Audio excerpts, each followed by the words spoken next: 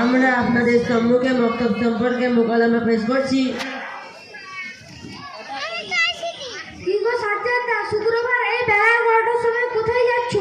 আরে এই তো একটু অফিসে যাবো, তারপর পার্টি অফিস, তারপর বাড়ি ফিরবো। সে কি গো সাজ্জাদা, আজ শুক্রবার তুমি নামাজ পড়তে যাবে না? এই শোন, জ্ঞান কম দিবি আমাকে। এরপর কোনোদিন নামাজ পড়ার কথা বলবে না, কথাটা যেন মনে থাকে।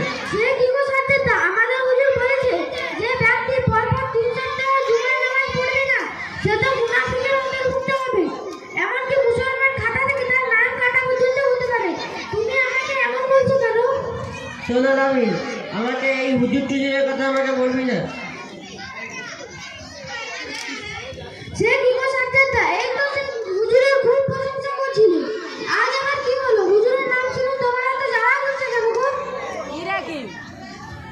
শোন, কে কেমন আমার বোঝা হয়ে গেছে, আমাকে আর কাউকে চিনতে পারি না, সুতরাং আমাকে আমার বুঝবতন চলতে দে।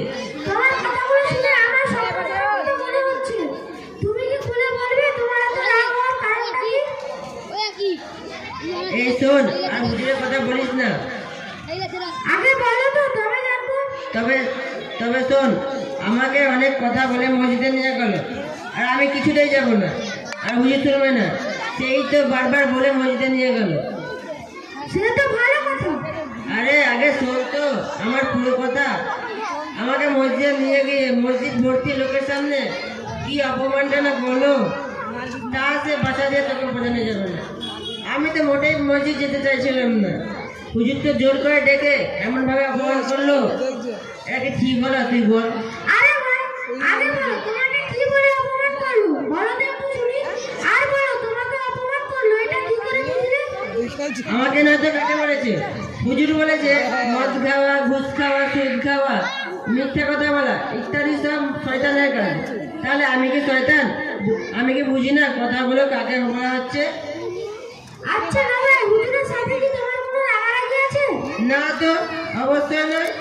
তাহলে বুঝলে কি করে? আর জানো এই কথাগুলো কুরআনের আর হাদিসে। এই কথাগুলো শুনে আমার মনে হচ্ছে তোমার পেছনে বড় শয়তান লেগেছে।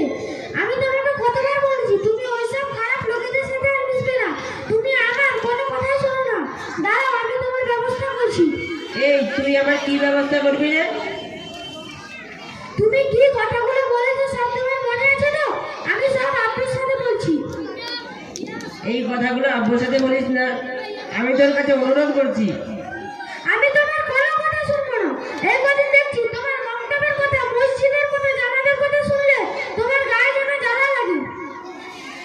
শোন, আমার মাথায় কোনো কথা ঠিক মতন ঢুকছে না, তুই আমাকে ভালো পরামর্শ দিতে, আমি কি করি? শোনো ভাই, আল্লাহ তাআলা কুরআনের মধ্যে বলেছেন তোমরা শয়তানের অনুসরণ করো না, সে তোমার প্রকাশ্য শত্রু। তুমি তো শয়তানের অনুসরণ করছো, এই জন্য তোমাকে জাহান্নামে যেতে হবে। কোনটা জাহান্নামের পথ আর কোনটা জান্নাতের পথ সেটা তো আমার জানা নেই। সেটা জানো জন্মত মুক্তবের ব্যবস্থা, তুমি তো সেই দিকে না গিয়ে উল্টে সেগুলোর বিরোধিতা করো।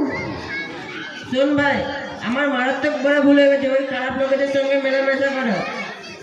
আমি আমার ভুলটাকে বুঝতে পেরেছি, আমি আমার জীবনটাকে বদলাতে চাই। আমি সবকিছু জেনে আল্লাহর পথ, শয়তানের পথ ছেড়ে আল্লাহর পথে চলতে চাই। ঠিক আছে, তুই বল তো আমাকে কি করতে হবে? তোমার